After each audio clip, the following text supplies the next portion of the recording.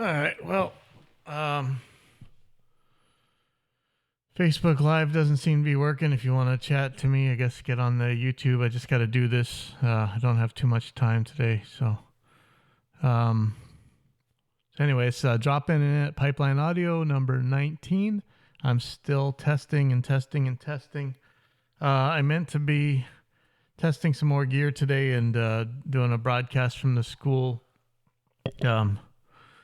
I got a little bit sick again, so I'm doing this from home. You might hear some chickens in the background, and this is quite a cavernous room that I'm in. And I've never tried this microphone for this before, and I'm doing it from my laptop. So all that said, hopefully it still works okay. So anyway, let me get to what I want to talk about today. So first of all, Will Gelvin, Will's Easy Guitar. I think a lot of you, if you know him, you probably know him from the Tonewood debates and the Tonewood Wars or whatever. And he's a lot like Glenn Fricker. You might like him, you might hate him. He always has at least a point of view that's worth considering to me. I often don't agree with him, but I often do. And today he's talking about these. He says the video is called Guitar and Gear Review Channels Suck. But what he's really talking about is these, and you see me screaming about it all the time. There's these parasites in our industry, and they're always screaming, 3 easy steps. Just do this one trick. Pay me $400 a month, and you'll, this all this super hype stuff. And he starts out with the line like, the bigger the smile, the more you know they're a fraud, and you can take that to the bank. There's a lot of truth to that. So I usually run into these, and I think it's really the same kind of, this stuff is all tied together. These, it's very, I know how much it's going to offend a lot of people, but this, most of these parasite channels that they come from, either mega churches or those kind of pastorships where they're real. They got a lot of outreach. They usually have a name like Hope Chapel, New Hope, First Hope.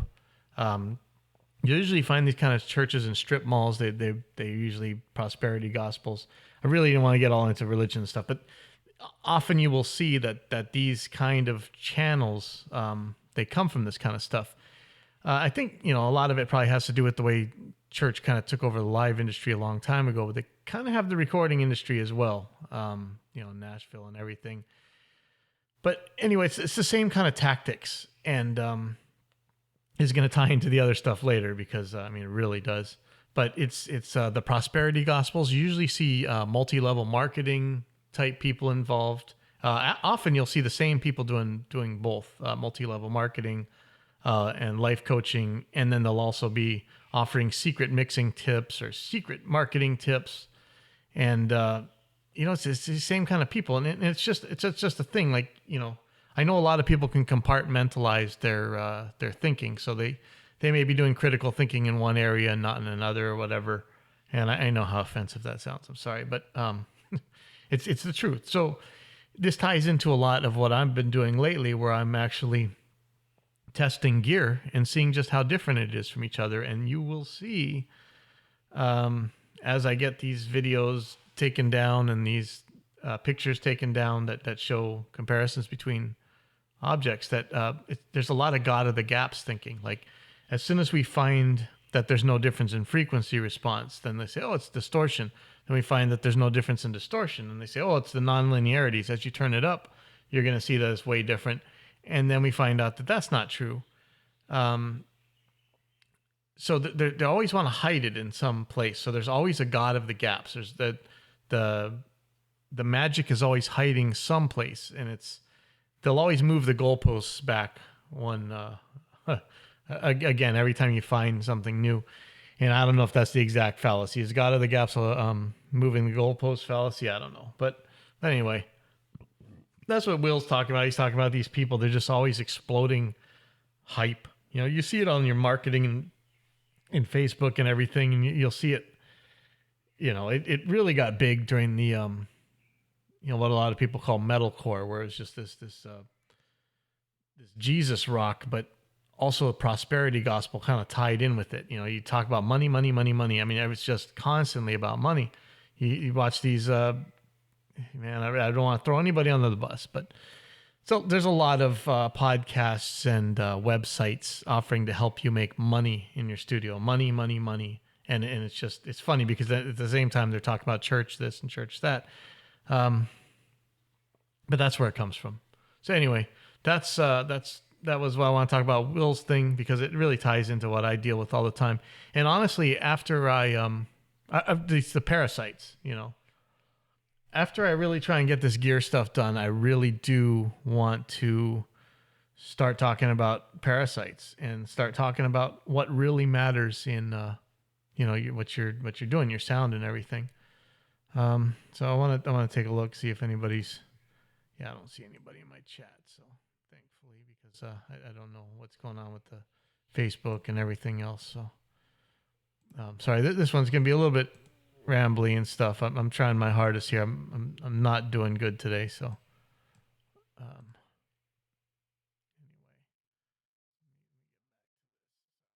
anyway. Sorry. So what I really want to talk about is I started to put this up on my website. It's just barely getting going. And I gave it the title. It's under my articles in my menus, article, and I put real gear measurements. I know that's a terrible name. If you guys can come up with something better, let me know.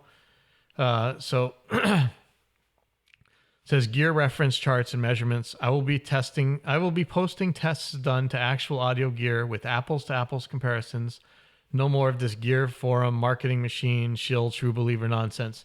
And what I'm really talking about is, and you guys have heard this before. This is my penance because I used to preach this stuff. I came from this church, from academia, where we believed and we were taught that there were magical. I mean, they don't want to admit that it's magical, but when you, the way you talk about it and the way you describe how it can hide from any testing, you're talking about magic, and that's just all there is to it. That some devices were magic and other devices weren't, and that you could have two of the exact same thing, and one is totally different than another. Files could null and be different. There's this idea that you got to pay $5,000 or whatever for a mic preamp in order for it to work. $10,000 for a mic.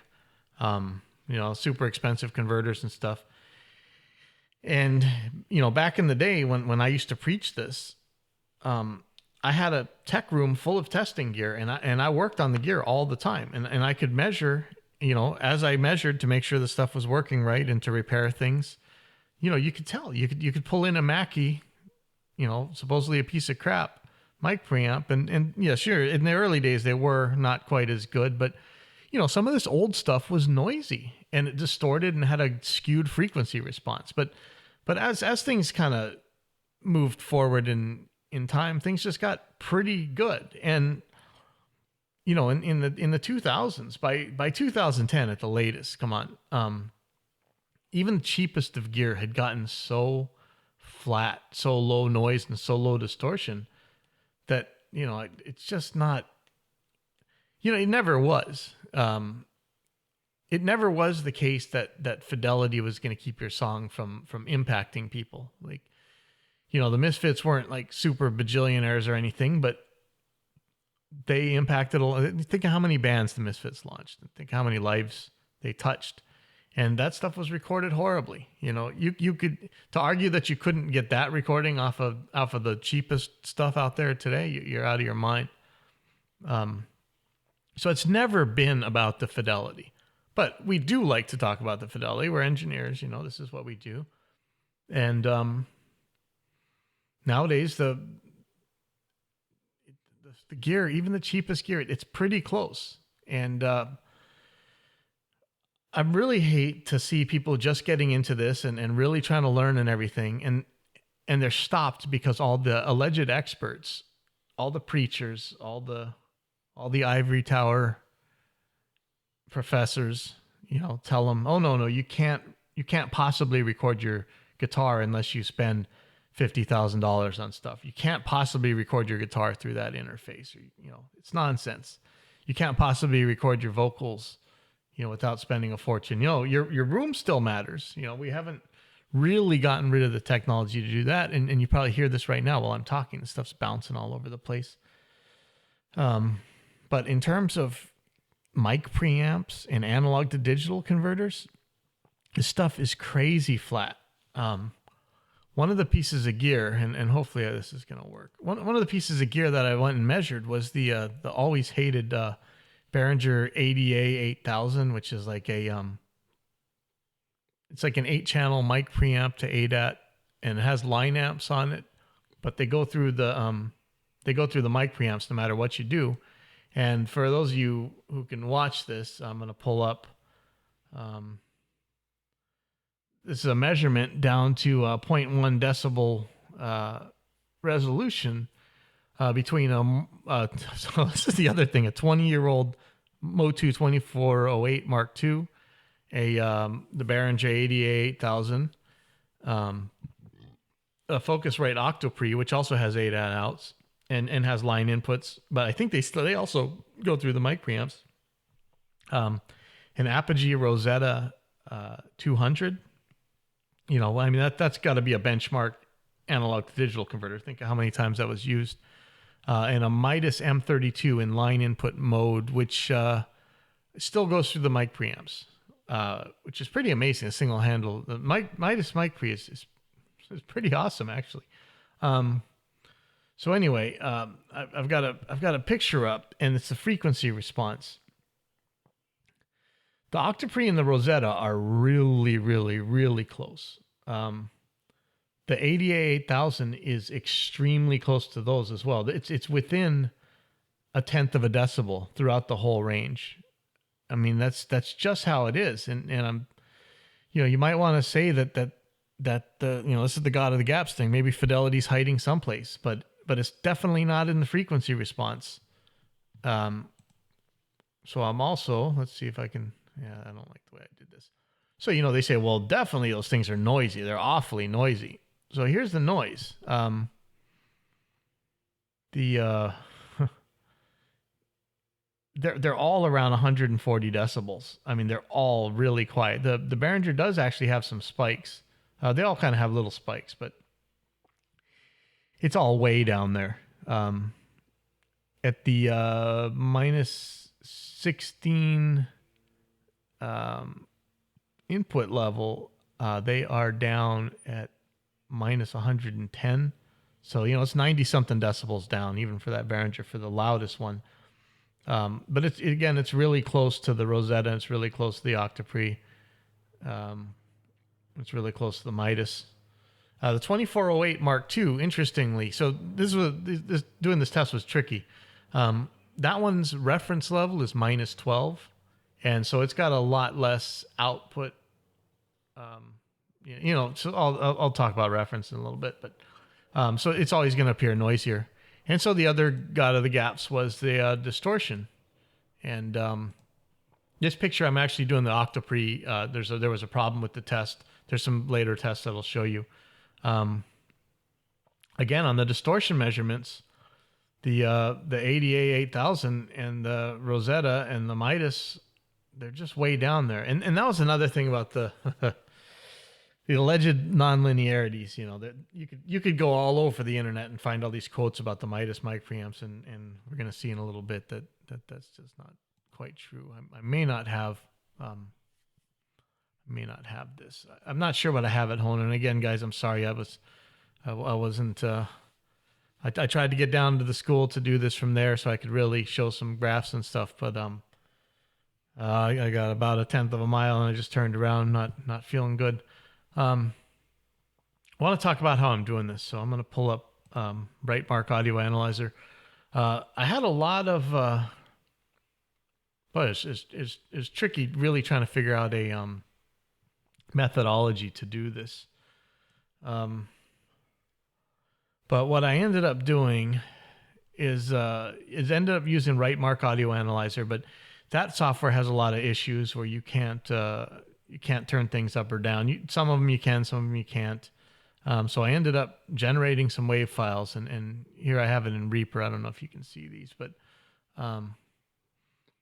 what it is the what I really wanted to see is what happened when you turn the gain up on the mic preamps, because there's a lot of alleged nonlinearities as you turn them up, and so I made a couple test files that they all ended up with the same signal, that were going out at the nominal line level of the apogee, and wanted to bring it back in at 3 different levels: minus 18 dBFS, minus 6, and minus 3.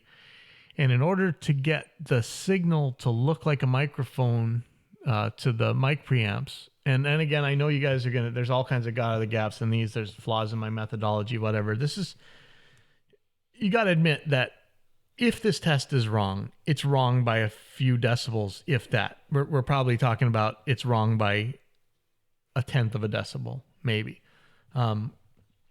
So I plugged into a radial JDI direct box. That's the one with the Jensen transformer. And I'll show you sweeps of those later on, so we can really take a look at what they're doing. And I use the output of the Jensen transformer to feed into the mic preamps. So, Rightmark Audio Analyzer expects to see like a full scale signal, which is a nightmare for doing analog equipment. So anyway, really all I did on the mic preamp tests is to turn down the calibration signal so that once it sees that, it's okay. So we have several tests here. In each test, depending on how I'm doing this, some of them got turned up or turned down in order to keep all things constant as much as we can and just varying the gain. So we have frequency response, multi-tone. Actually, I'm going to pull this graph up here. Frequency response, multi-tone, noise level, dynamic range. I'm really not sure what the difference in those two is. I took them anyway. I took all the tests no matter what. Total harmonic distortion percentage, but that also plots it out. Intermodulation distortion plus noise, stereo crosstalk, intermodulation distortion plus noise, swept frequencies, frequency response swept sine. That's what I ended up wanting to use at the end. I'll show you why. So here's the swept sine. Wow, this is something. I'm doing something wrong on this. Yeah, see, sorry, I really want to do this from the school computer. I have this set in a different way here than at the school. Man, this is a bummer. So I'm actually not going to be able to do a bunch of stuff that I wanted to do here.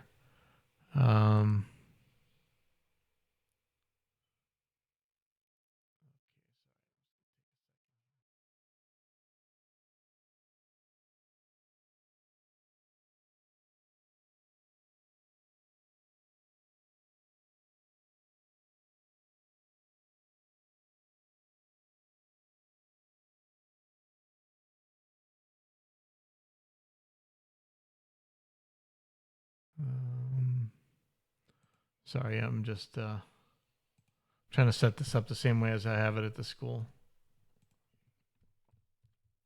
I wonder if there's a way I can send a signal to do this, actually. Pull up waveform. Boy, that's a bummer. I wanted to get a lot of work done from home today, and I may not be able to.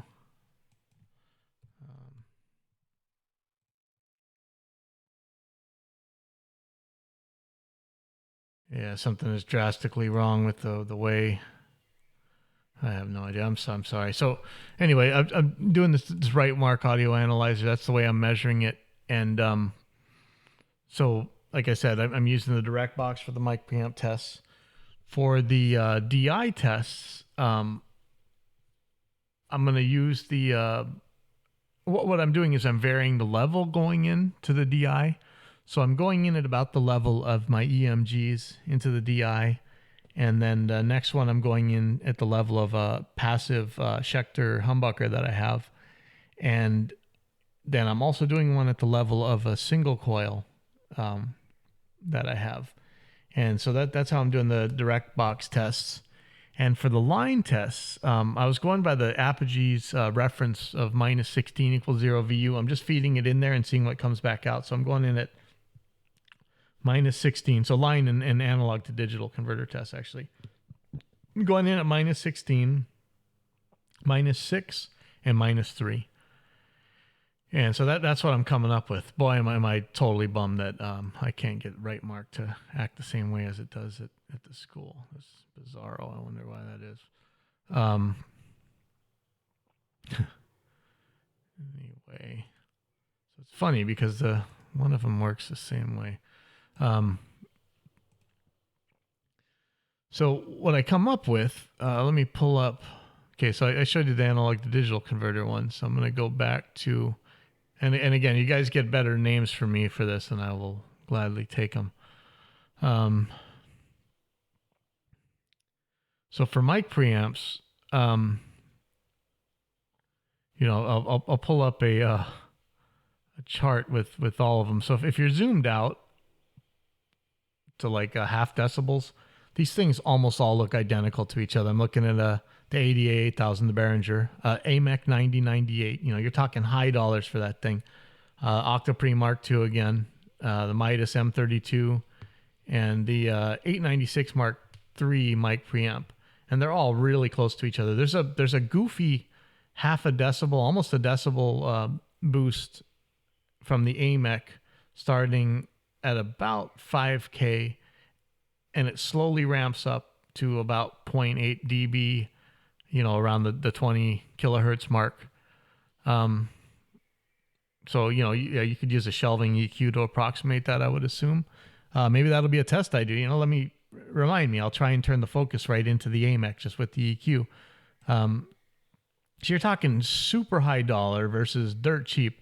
But even when you zoom in on them, so I'm going to go to the 0.1 dB.